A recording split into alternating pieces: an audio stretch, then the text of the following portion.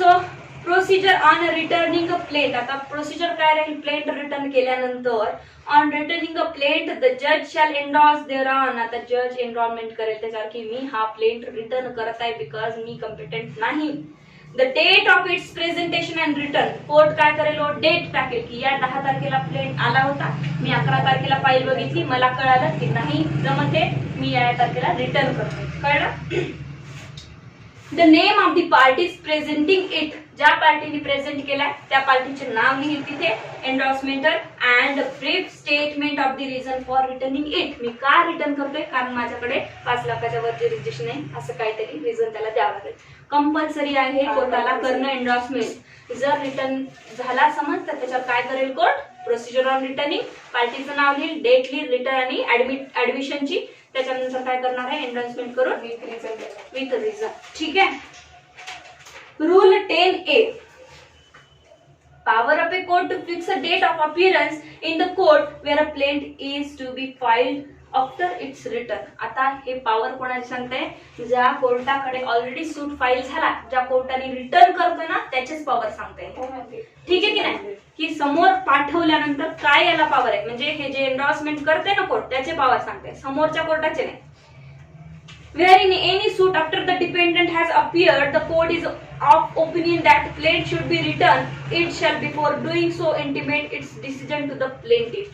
ज्या वेळेस कोर्टात प्लेंटिफने एक सूट टाकला, नंतर प्लेंटिफला बोलवलं कोर्टाने प्लेंटिफला बोलून हे सांगायचंय की मी तुझा सूट रिटर्न करतोय आणि का करतोय. कळलं. त्याला इंटिमेशन द्यायचंय. सिंपल लँग्वेज मध्ये आहे, वाचा बघा. Where in any suit after defendant has appeared, पण after defendant has appeared तो both party appear व्हावं लागेल इथे. The court is opinion that, court एक opinion सांगतो the plaint should be returned, me plaint return करतोय. It shall before doing so, पण return करण्याच्या आधी intimate its decision to the plaintiff. plaintiffला त्याचा डिसिजन सांगायचं, कोर्टाला प्लेंटिफला सांगायचं. Okay. Rule sub rule 2. Where an intimation is given to the plaintiff under sub rule 1, the plaintiff may make an application to the court. जेव्हा court सांगतं की मी तुझा plaint return करत आहोत तेव्हा त्या क्षणी, ठीक आहे की नाही, कोर्ट प्लेंटिफ काय करू शकतो, कोर्टाला एक ऍप्लिकेशन करू शकतो. आता काय ऍप्लिकेशन करणार प्लेंटिफ ते बघूया. खाली सांगितलंय की काय लिहिणार त्या ऍप्लिकेशन मध्ये आणि कशासाठी. Specifying the court in which the process to prevent the plaint after its return. आता बघा काय म्हणताय तुम्ही, प्लेंटिफनी त्या कोर्टाला सांगायचं जे रिटर्न करताय, सर तुम्ही काय करा या कोर्टात टाकून द्या मला, तिथे ज्युरिस्डिक्शन येतं. आता 3 कोर्टाला ज्युरिस्डिक्शन येतं. किती कोर्टाला ज्युरिस्डिक्शन? 3. हे कोर्ट सोडून बेसिक, सर इथे टाकून द्या, चालतं आम्हाला काही प्रॉब्लेम नाही. ठीक आहे की नाही, मग ती कोर्ट तिथे टाकून दे. ठीक आहे. स्पेसिफाय द कोर्ट, कोर्टाला स्पेसिफाय करायचं आहे second court which he propose to present the plaint after its return. Return झाल्यावर मी तिथं टाकू इच्छितो माझा सूट. कळलं. 3 कोर्टाला ज्युरिस्डिक्शन, त्याला जे जवळ पडते तिथे जाईल तो. बी मध्ये praying that the court may fix a date for the appearance of the parties in the said court. हेही प्रे करू शकतो प्लेंटिफ, रिक्वेस्ट करू शकतो की सर त्या कोर्टात सूट गेल्यानंतर 10 दिवसाची डेट मला तिथली आताच तुम्ही. हे सुद्धा राईट आहे आधीच्या कोर्टाला, त्या कोर्टाची डेट हे कोर्ट फिक्स करून देऊ शकतो. ठीक आहे की नाही, बिकॉज कोर्ट आहे. कोर्ट हे डिफरंट नाही, मी आणि तू कोर्टात नसतं. कोर्ट म्हणजे कोर्ट असतं, ते असो किंवा हे असो, बिकॉज त्यांना सेम ज्युरिस्डिक्शन आहे. सो आता काय होईल, पुढच्या कोर्टात रिटर्न होऊन जाणार आहे प्लेंट, त्याची डेट आधीचा कोर्ट फिक्स करून ठेवू शकतं आणि प्लेंटिफ तशी रिक्वेस्ट करू शकतं. Requesting that the notice of the date so fix may be given to him and to the defendant. आता जर त्या कोर्टाने डेट फिक्स केली असेल तर त्याची नोटीस डिपेंडंटला आणि प्लेंटिफला द्यावी लागेल. हिम म्हणजे कोण, डिपेंडंट आहे. हिम म्हणजे कोण, प्लेंटिफ, आणि डिपेंडंटचं सरळ मेन्शनच केलं. हिम अँड डिपेंडंट म्हणजे आम्हाला दोघांनाही सांगा की कोणती डेट फिक्स केली तुम्ही. ठीक आहे की नाही. पुढे When an application is made by the plaintiff under sub rule 2, जे काही application plaintiffनी sub rule 2 मध्ये केलेलं होतं, the court shall before returning the plaint and notwithstanding that the order for the returning of plaint was made by it on the ground that it has no jurisdiction to try the suit. बघा हे काय म्हणत आहे, जे application 2 मध्ये केलेलं आहे प्लेंटिफनी त्याच्यावर रिटर्निंग प्लेंट केलेला आहे and not with the standing that order for returning the plaint was made by on the ground that it has no jurisdiction to try the suit. मग ऍप्लिकेशन जरी हा डेट जरी हा फिक्स करतो, सगळं हे करतो, तर मॅटर करणार नाही त्याला ज्युरिस्डिक्शन होतं नाही होत वगैरे वगैरे. ठीक आहे, तरी त्या कोर्टाला पॉवर आहे दुसऱ्या कोर्टाची डेट फिक्स करण्याचं, जरी त्याला ज्युरिस्डिक्शन नाही तरी पण. ठीक आहे, पुढे या. A. Fix a date for the appearance of the parties in the court in which the plaintiff is proposed to be presented. आता काय म्हणताय, फिक्स डेट करू शकता, परत तेच सांगितलं आहे, आधीचं कोर्टच तारीख हे करू शकतो. आता म्हणाल तुम्ही हे डबल काय सांगितलं मॅडम, तर पहिले काय सांगितलं, प्लेंटिफचा राईट सांगितलं की प्लेंटिफ काय काय रिक्वेस्ट करू शकतो, आणि नंतर 3 मध्ये सांगितलं आहे की कोर्टालाही हे राईट आहे जरी त्याला ज्युरिस्डिक्शन नसेल तरी. मग खाली ABC दिले. ए मध्ये म्हणते की डेट फिक्स करू शकता जरी प्लेंटिफनी ऍप्लिकेशन नाही दिले तरी on the description of the previous court. Give to the plaintiff and to the defendant notice of such a date of appearance. ठीक आहे की नाही, प्लेंटिफ आणि डिपेंडंटला काय करू शकतो, नोटीस देऊ शकते की या तारखेला तुम्ही त्या नंबरच्या कोर्टामध्ये हजर राहा, मी तिकडे तुमचा प्लेंट टाकतोय. Where the notice of the date of appearance is given under sub rule 3. आता बघा याच्यामध्ये जी नोटीस आणि अपीअरन्स साठी जी दिलेली आहे नोटीस तुम्हाला, त्याच्याबद्दल खाली बोलतंय ए. It shall not be necessary for the court in which the plaintiff is presented after its return. आता बघा ऑलरेडी कोर्टाने नोटीस दिली आहे डिपेंडंटला आणि प्लेंटिफला की तुम्ही या तारखेला हजर व्हा. मग आता ज्या कोर्टात समोर सूट गेलाय नेक्स्ट कोर्टामध्ये, तिथे to serve the defendant with the summons for the appearance is suit unless that court for reason to be recorded otherwise direct. इथे काय म्हटलं आहे, जेव्हा तुम्हाला ऑलरेडी कोर्टाने सांगितलं आहे की या तारखेला तुमचा सूट तिथे प्रेझेंट होतोय, तुम्हाला तिथे हजर राहायचं, याला समन्सच म्हटलं जाईल एक प्रकारे. मग ती नोटीस कशाही प्रकारे देऊ, याला समन्स म्हटलं जाईल. आणि नेक्स्ट कोर्टाला आता प्लेंटिफ आणि डिपेंडंटला समन्स द्यायची गरज नाही, आणि जर त्या नेक्स्ट कोर्टाला वाटलं की समन्स द्यायचं तरच द्यायचं, पण गरज नाही. कळलं, रिझन रेकॉर्डेड पाहिजे. आणि मग द्यायची असेल त्यांनी तशी रिझन रेकॉर्ड करावी आणि द्यावी. ठीक आहे. B.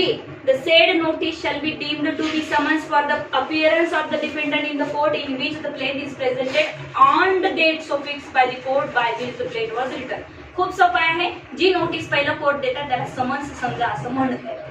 ठीक आहे. पुढे 5 मध्ये where the application made by the plaintiff in rule under sub rule 2. ठीक आहे, जे काही अप्लिकेशन सब रूल 2 मध्ये केलं होतं प्लेंटिफनी is allowed by the court. हे कोर्टाने अलाउड केले. The plaintiff shall not be entitled to appeal against order returning the plaint. आता बघा इथे खूप महत्वाचा पॉईंट आहे. त्यांनी काय म्हटलंय, पहिले तर प्लेंटिफने अप्लिकेशन केलंय की सर डेट फिक्स करून द्या, सर प्लेंटिफला आणि डिपेंडंटला मला नोटीस द्या. ठीक आहे, सगळ्या मागण्या केल्या, सगळं प्रिव्हियस कोर्ट आहे. मग आता कोर्ट म्हणते की आता तू अपील करू शकत नाही की रिटर्न का केला म्हणून. कळलं का, कारण तू ऑलरेडी कन्सेंट दिली आहे मला अप्लिकेशन करून की सर डेट फिक्स करून द्या, रिटर्न करत आहेत तर, सर नोटीस पाठवा रिटर्न करत आहेत तर. आणि आता परत जर त्या रिटर्न जो कोणी रिटर्न केला ना त्याच कोर्टावर तुम्ही त्या रिटर्नच्या ऑर्डरवर अपील घेऊन जाऊ शकत नाही.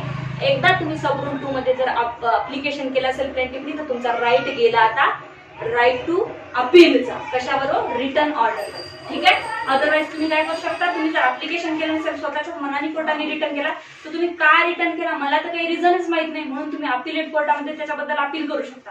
पण तुम्ही स्वतःच कन्सेंट देत आहे सब रूल 2 मध्ये अप्लिकेशन देऊन, then you can not appeal. Okay. Rule 10B. Power of appellate court to transfer a suit to the proper court.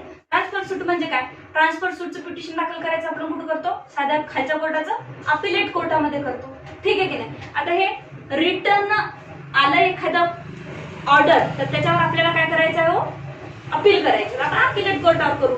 जर हे वरचं जर एक्सेप्शन अप्लिकेशनचं नाही घेतलं आणि रिटर्न ऑर्डरवर कोणाला अपील करायची असेल तर अपिलेट कोर्टामध्ये जाईल. तर त्याच्याबद्दलच बोलतोय. Power of appellate court to transfer suit to the proper court. तुम्हाला कळले की या कोर्टाला ज्युरिस्डिक्शन नाही तरीही ते कोर्ट चालवत आहे मॅटर, तर तुम्ही काय करू शकता, अपील करू शकता अपिलेट कोर्टामध्ये की सर याला ज्युरिस्डिक्शन नाही, हा जो सूट आहे तो प्रॉपर कोर्टमध्ये आम्हाला टाकून द्या. ठीक आहे. सीजेजेडी आणि वरचं डीजेकडे आपण अपील करतो. Where on an appeal against an order for the returning of claim, the court hearing the appeal confirms such order. आता मग तुम्ही अपील केली आणि कोर्टाने हिअरिंग घेतली त्याच्यावर आणि काय केलंय, कन्फर्म सच ऑर्डर, कन्फर्म केली म्हणजे मान्य केली तुमची ऑर्डर की ठीक आहे आम्ही प्रॉपर कोर्टात तुम्हाला ट्रान्सफर करून देऊ suit. The court of appeal may, if the plaintiff by the application so desire while returning the plaint. प्लेंटिफनी ऍप्लिकेशन केलं आहे आणि त्याच्यावर रिटर्निंग द प्लेट म्हणजे त्यावर रिटर्न करा प्लेट म्हणून ऍप्लिकेशन केलंय. Direct plaintiff to file the plaint subject to the provision of the limitation act. मग आता ते अपिलेट कोर्ट काय करेल, प्लेंटिफला डायरेक्ट करेल की तुम्ही लिमिटेशन ऍक्टच्या आधारे प्लेंट तुम्ही प्रॉपर कोर्टामध्ये दाखल करा, पण लिमिटेशन ऍक्टला घेऊन. ठीक आहे की नाही, कधी पण नाही जमत. ज्या दिवशी ऑर्डर आलं ना वरच्या कोर्टाचं तिथून लिमिटेशन लागेल. मग ज्या दिवशी ऑर्डर आलं कोर्टाचं वरच्या आणि कोर्ट म्हणते की 3 महिन्याचा आत दाखल करा, लिमिटेशन ऍक्ट मध्ये 3 महिन्यात दिले असेल मे बी, एक्झॅक्ट नाही कुठलाही सूट असतो, 3 वर्ष 3 महिने दिले. मग तुम्हाला रिटर्न ऑर्डर तुमच्या हातात आहे तर किती दिवस घरी पेटी ठेवून देऊ शकत नाही तुम्ही. तेवढ्या लिमिट मध्ये तुम्हाला प्रॉपर कोर्टात जाऊन करायचंय दाखल. नाही केला तर तुमचा राईट गेला. Direct the plaintiff to file a plaint subject to the Provision of Limitation Act in the court in which the suit should have been instituted, whether such a court is within or without the state in which the court hearing the appeal is situated. आता बघा, ज्या state मध्ये असो नसो matter करणार नाही, जसं आपण ते पाहिलं होतं ट्रान्सफर पिटिशन मध्ये. And fix a date for the appearance of the parties in the court. Appellate कोर्टच काय करून दिला तर तुम्हाला दुसऱ्या कोर्टामध्ये डेटही फिक्स करून देईल. ठीक आहे.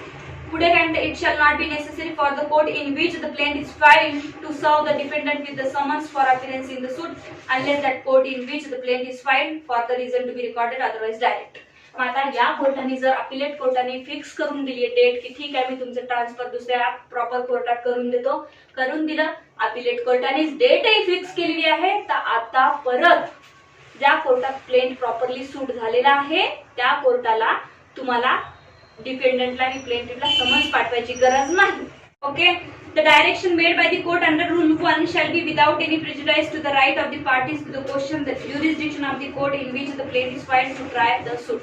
ज्या कोर्टाला ज्युरिसडिक्शन येते प्रॉपर त्या कोर्टाला तशी ऑर्डर देण्यात येईल आणि त्यांनी ते चालवायचं आहे. आणि पुन्हा आता काय म्हणता आहे इथे, एक मिनिट, हा तेच इथे परत काय म्हटलं आहे की shall be without the prejudice of the rights of the parties the question the jurisdiction of the court in which the plaint is filed to try the suit. आणि पुन्हा तुम्हाला समजा अजून एक सांगते, इथे प्रॉपरली दिलं नाही त्यांनी. आता समजा ट्रान्सफर होऊन तुमचा रिटर्न होऊन प्लेंट ट्रान्सफर होऊन परत दुसऱ्या कोर्टामध्ये टाकला आहे. आता तुम्ही तिथे पुन्हा ज्युरिसडिक्शनवर ऑब्जेक्शनच घ्यायचं नाही असं काही नसतं, कळलं का? आहे इथे ऑर्डर मध्ये समोर पण पुन्हा ऑब्जेक्शन घेऊ शकता तुम्ही, असं काही बंधन नाही आहे. कुठल्याही पार्टीला प्रिव्हेंट करत नाही कोर्ट की आता ऑब्जेक्शनच घेऊ शकत नाही. ठीक आहे, परत काही अराईज झालं तर ऑब्जेक्शन घेऊ शकता. ठीक आहे, की इथे ज्युरिसडिक्शन येत नाही. Rejection of plaint. The plaint shall be rejected in the following cases. आता रिजेक्ट आणि रिटर्न मध्ये फरक आहे. रिटर्न कधी केलं कोर्टाने, ज्युरिसडिक्शन येत नाही, मी कॉम्पिटंट नाही, तुम्हाला रिटर्न करून देतो प्लेंट. रिजेक्ट म्हणजे काय, काढून टाकलेलं आहे, तुमचा प्लेंटच बरोबर नाही, वापस घेऊन जा, दुरुस्त करून टाका. ठीक आहे. Where it does not disclose a cause of action. Cause of action नुसता कागद टाईप केला आणि देऊन टाकला, काय अर्थ आहे? मग रिटर्न करेल का कोर्ट? नाही, रिजेक्ट करेल, लक्षात ठेवायचं. सो बी मध्ये या, where the relief claimed is undervalued and the plaintiff on being required by the courts to so correct the valuation within a time to be fixed by the court fails to do. आता इथे बघा, वाचा, व्यवस्थित वाचायचं म्हणजे कळतं. पहिले काय म्हटलं, where the relief claim is undervalued. Valuation कमी टाकलंय तुम्ही, कळलं का? प्रॉपर्टी जेवढी आहे ना त्याचं व्हॅल्युएशन कमी टाकलंय. होऊ शकते ज्युरिसडिक्शन मध्ये बसायसाठी असेल किंवा कोर्ट फीस चार्जेस कमी लागायसाठी असेल. व्हॅल्यू अंडर व्हॅल्यू म्हणजे कमी टाकले. And plaintiff on being required by the court to so correct valuation. आता कोर्टाने रिक्वायर्ड केलं त्याला की करेक्ट व्हॅल्युएशन टाकू ना, हे कोर्टात व्हॅल्युएशन चालणार नाही. विदिन अ टाइम, एक टाइम पण दिलाय कोर्टाने की ठीक आहे 8 दिवसात आण, पुढच्या डेट पर्यंत तुझं व्हॅल्युएशन करेक्ट असलं पाहिजे. To fix by the court and fails to do म्हणजे कोण फेल्स टू डू? प्लेंटिफ. प्लेंटिफनी केलं नाही, ज्या टाइम मध्ये करून द्यायचं होतं त्या टाइम मध्ये माझा कोर्ट रिजेक्ट करा. पहिले काय कोर्टाने चान्स दिला तुम्हाला की एवढ्या वेळात करून आणा, तुम्ही नाही करत आहे, कोर्ट आता सूट रिजेक्ट करेल. डायरेक्टली रिजेक्ट करेल का? व्हॅल्यू कमी दिसल्यावर नाही, पहिले तुम्हाला टाइम देईल, त्या टाइम मध्ये नाही करून आणलं तर तुमचा कोर्ट काय करेल? सूट रिजेक्ट करेल. Where the relief claim is properly valued. बघा, relief claimed is properly valued but the plaint is written upon the paper insufficiently stamped nahi hai, then and the plaintiff on being required by the court to supply the requisite stamp paper within a time to be fixed by the court fails to do. परत त्यांनी काय केलंय, कसूर केलाय. कसं होत, त्यांनी time दिला की बरोबर स्टॅम्प करून आणा तुम्ही, आणि हा याला टाइम देऊनही करत नाहीये कोण, प्लेंटिफ. देन तुमचा सूट काय होईल, रिजेक्ट होईल. आता 3 झाले आपले. काय हो, कॉज ऑफ ऍक्शन टाकलं नाही, अंडर व्हॅल्यू टाकलं, बरोबर व्हॅल्यू नाही टाकली, आणि टाइम देऊनही करत नाही, आणि स्टॅम्प. 3 लक्षात ठेवायचे. Where the suit appear from the statement in the plaint to be barred by the law. आता कळलंय कोर्टाला की कायद्यानुसार बार्ड आहे हा, म्हणजेच काय, लिमिटेशन लॉ मध्ये येत नाही हा डायरेक्टली. ठीक आहे की नाही. 3च वर्षाचं लिमिटेशन होतं ज्या दिवशी कॉज ऑफ ऍक्शन घडलं त्या दिवसापासून. ठीक आहे. माझा आणि तुमच्या प्रॉपर्टीवरचा वाद आहे, तुम्ही माझ्या प्रॉपर्टीवर पोझिशन करून बसलेला आहेत. आता किती वर्षाचं पोझिशन करून बसलाय तुम्ही, 12 वर्ष होऊन गेले. 12ही वर्ष तुम्ही ऍक्शन घेत नाही, मग काय होईल, प्रॉपर्टी जाईल तुमची. मग आता कायद्यानुसार रोध आहे, मग तुम्हाला तसे रिझन द्यावे लागेल आणि मग सूट दाखल करावं लागेल की आम्हाला माहितच तेव्हा झालं, ज्या दिवशी माहित झालं त्या दिवशी 12 वर्षातून झाले नाही, असे काहीतरी रिझन असतात. Where it is not filed in duplicate. कुठं सांगितलं duplicate, 26 of suit. Institution of suit मध्ये काय सांगितलं की डुप्लिकेट कंपल्सरी आहे. ठीक आहे. मग डुप्लिकेट कंपल्सरी असेल तर काय होईल, तुमचा सूट रिजेक्ट होईल. डुप्लिकेट म्हणजे कॉपी, प्लेनची कॉपी द्यावी लागेल ना तुम्हाला. जितके डिपेंडंट असेल तितकी कॉपी द्यावी लागेल. Where the plaintiff fails to comply with the provision of rule 9. आता रूल 9 मध्ये काय सांगितलंय, जे काय प्रोव्हिजन दिलेले आहे ते काय करावं लागेल तुम्हाला, कंप्लाय जर नाही केले तुम्ही तरीही कोर्ट काय करेल, तुमचा सूट रिजेक्ट करणार आहे. आता पण याला एक प्रोव्हायझो दिलाय, provided that the time fixed by the court for the correction of the valuation of supplying of the requisite stamp paper shall not be extended unless the court, for reason to be recorded, is satisfaction that the plaintiff was prevented by any cause of exceptional nature from correcting the valuation of the supplying the requisite stamp paper, as the case may be within the time fixed by the court, and that refusal to extend such a time would cause grave injustice to the plaintiff. पण इथे provided दिलाय की court तुम्हाला अजूनही time वाढवून देऊ शकतं. कधी देऊ शकतं बघा, तर कोर्टाला वाटलं जर खरंच प्लेंटिफ नाही आणू शकला, जेवढा दिवस मी टाइम दिला होता ना कोर्टाने, 8 दिवस दिला होता की कॉज ऑफ ऍक्शन बरोबर करून आण, स्टॅम्प करून आण वगैरे वगैरे, पण तो नाही करू शकला सगळे प्रयत्न करूनही, आणि त्याचे काही रिझन्स असतील आणि त्यावर जर कोर्टाचं सॅटिस्फॅक्शन झालं तरच कोर्ट तुम्हाला टाइम एक्सटेंड करून देईल आणि कोर्टाला तसं रिझन इन रायटिंग लिहावं लागेल. ठीक आहे की नाही. कोर्टाला खरंच वाटते की आता याच्यासोबत इनजस्टिस होत आहे, खाली एक इनजस्टिस शब्द दिलाय. ठीक आहे.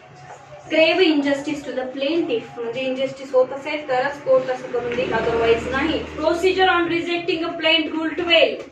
आता रिजेक्टिंग प्लेंट, रिटर्न वर पण प्रोसिजर होती, इथे पण प्रोसिजर आहे. Where a plaint is rejected the जज shall record an order to that effect with the reason for such order. का रिजेक्ट केला हे कोर्टाला लिहून द्यायचं आहे. ठीक आहे. Rule 13. Where a rejection of a plaint does not preclude presentation of a fresh plaint. आता काय म्हटलं इथे, जर कोर्ट रिजेक्ट करत असेल तर मग असं नाहीये की तुमचा आता राईटच संपला, तुम्ही सूटच दाखल करू शकत नाही. ठीक आहे. तुम्ही दाखल करू शकता सूट कशा परिस्थितीमध्ये, the rejection of the plaint on any of the ground hereinbefore mentioned shall not of its own force preclude the plaintiff from presenting a fresh plaint is respect of same cause of action. Same cause of action वर तुम्ही परत satisfied करू शकता, परत काय करू शकता, sorry plaint दाखल करू शकता प्रॉपर कोर्टामध्ये. ठीक आहे. किंवा मग हे जे सगळे रिजेक्शनचे कारण आहेत त्याच्यावर सॅटिस्फॅक्शन कोर्टाचं झालं पाहिजे, तुम्ही जाऊन परत सूट दाखल करू शकता. पुढे documents relied on in a plaint. आता प्लेंट सोबत तुम्हाला काही डॉक्युमेंट द्यायचे. ठीक आहे की नाही. जेव्हा ही प्लेंट लिहितं, कोण लिहितं, प्लेंटिफ, तेव्हा सरळ सांगतं की मी हे डॉक्युमेंट सबमिट करत आहोत, त्याला काय म्हणतात, डॉक्युमेंट रिलाइड करणं म्हणतात. ठीक आहे. Plaintiff also relied on the document. Plaintiff also relied on the following document. पहिले तर प्लेंटिफ फॅक्ट लिहितं की याने माझ्यासोबत असे केलाय, असा फ्रॉड केलाय. नंतर माझ्या in the support of the plaintiff also relied upon the following document. म्हणजे मी फक्त ॲलिगेशनच लावत नाहीये, तुम्ही तुमच्याकडे काही कागदपत्र पुरावा म्हणून एक सादर करत आहे की हे बघा, हे कागदपत्र मी जे ॲलिगेशन लावते त्याचे तथ्य आहे, फॅक्ट्स आहे, पुरावे आहे. ठीक आहे. तर बघूया काय म्हणताय. Documents relied on in plaint. 14. Production of document on which plaintiff सूज ऑर रिलाइज. आता ते डॉक्युमेंट प्रोडक्शन व्हायचे, कसे करायचे, प्रोडक्शन कसं करायचं डॉक्युमेंटचं कोर्टामध्ये सांगा. List of document. ठीक आहे. Where a plaintiff sues upon a document or relies upon a document in his possession or power in a support of his claim. जेवढे काही माझ्या सपोर्ट मध्ये आणि माझ्या पोझिशन मध्ये डॉक्युमेंट आहे मी ते कोर्टाला देणार माझ्या क्लेमच्या supported.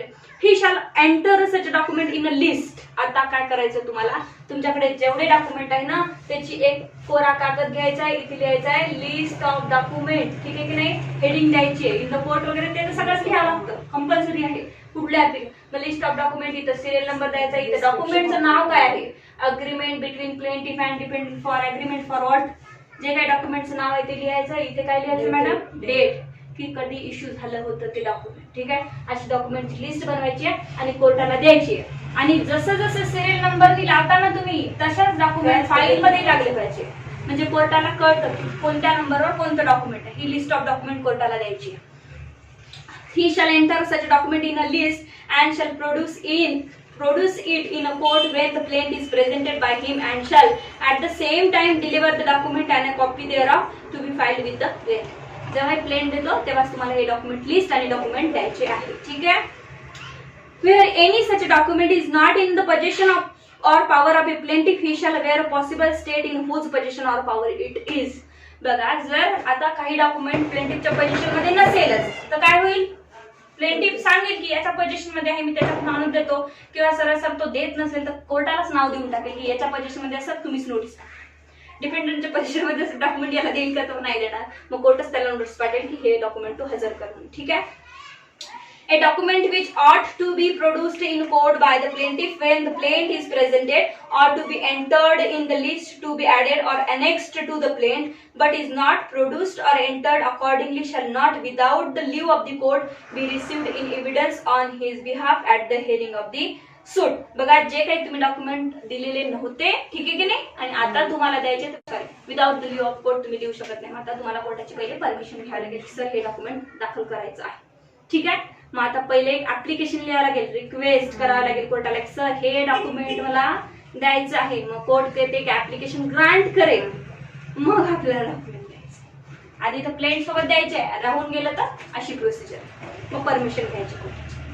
Rule sub rule 4. Nothing in this rule shall apply to the document produced for the cross examination of the plaintiff's witness or handed over to the witness merely to refresh his memory. 16. Suit on lost negotiable instrument. आता negotiable instrument, आता हे एक सांगते मी तुम्हाला, एखादा check आहे, negotiable instrument आहे, तुमचं प्रॉमिसरी नोट आहे, काही पण आहे, ते तुमची हरवली आणि त्याच्या बेसिसवर अगर तुम्ही सूट दाखल करत असाल ना तर तुम्हाला इथे गॅरंटी द्यावी लागते, काय की त्या निगोशिएबल इन्स्ट्रुमेंटमुळे कोणालाही दुसऱ्याला धोका झाला तर त्याला मी जबाबदार राहील, तरच तुमचा सूट कोर्ट दाखल करून घेतं. कळलं का? बघा, कारण ते where the suit is founded upon the negotiable instrument and it is proved that the instrument is lost, आणि तुम्ही ते प्रूव्ह केलं कोर्टामध्ये की खरंच सर ते चेक जो आहे तो लॉस झालेला आहे. मग कोर्ट काय म्हणेल, लॉस झाला तर त्याचा कोणी फायदा घेऊ शकतं, मग तुम्ही काय म्हणाल, त्याचा कोणी फायदा केला तर त्याला मी रिस्पॉन्सिबल आहे, तरच तुझा सूट दाखल होईल. And an indemnity is given by the plaintiff. Indemnity is given by the plaintiff. Indemnity म्हणजे काय, कोणा तिसऱ्याला त्याचा लॉस झाला तर मी भरून देईल, हे प्लेंटिफ सांगतोय. To the satisfaction of the court, आणि कोर्टाचं सॅटिस्फॅक्शन झालं पाहिजे. Against the claim of any other person upon the instrument the court may pass such a decree as it would have passed if the plaintiff had produced the instrument in the court when the plaint was presented and had at the same time delivered a copy of the instrument to be filed with the plaint. मग आता court तशीच decree काढेल की तू माझ्यासमोर तो जे check होता, जे प्रॉमिसरी नोट होती, इन्स्ट्रुमेंट होतं ते माझ्यासमोर प्रेझेंट केलं आहे असंच, कारण ते तर मिळत नाही आहे. Production of shop books save in so far as in otherwise provided by the Banker Books Evidence Act 1891, where the document on which the plaintiff sues is an entry in a shop book or other account in his possession or power, the plaintiff shall produce the book or account of the time of filing the plaint together with a copy of entry on which he relies. आता बघा, माझ्याकडे एक shop book आहे किंवा बँकर्सचं एक register आहे, बँकेमध्ये register असतं, एंट्री बुक्स आहे, त्याचं जर काम पडलं कोर्टामध्ये तर ते मी जाऊन प्रोड्यूस करणार आहे. ठीक आहे, मला त्याचं प्रोडक्शन करावं लागणार आहे. ठीक आहे, आणि पुढे काय म्हटलं आहे, original entry to be marked and return the court or such officer as it appoints in such a behalf shall forthwith mark the document for the purpose of identification, and after examining and comparing the copy with the original shall, if it is found correct, certify it to be so and return the book to the plaintiff and cause the copy to be filed. बघा इथे काय म्हटलंय, जेव्हा हे कुठलं bank कर्ज तुम्ही काय केलंय, बँकेचे स्टेटमेंट बँकेत गेले, बँकेमधून काही स्टेटमेंट काढून आणले आणि ते सबमिट केले, काय केलं, झेरॉक्स कॉपी सबमिट केली. आता कोर्टाला ओरिजिनल पाहायचे आहे तर कोर्ट काय करेल, बँकेवाल्याला कॉल करेल, बँकेचा माणूस रजिस्टर घेऊन येईल, कोर्ट काय करेल, ओरिजिनल पाहून घेईल, मार्क करेल आणि रिटर्न करेल. ठीक आहे, एवढं सांगता येईल. 18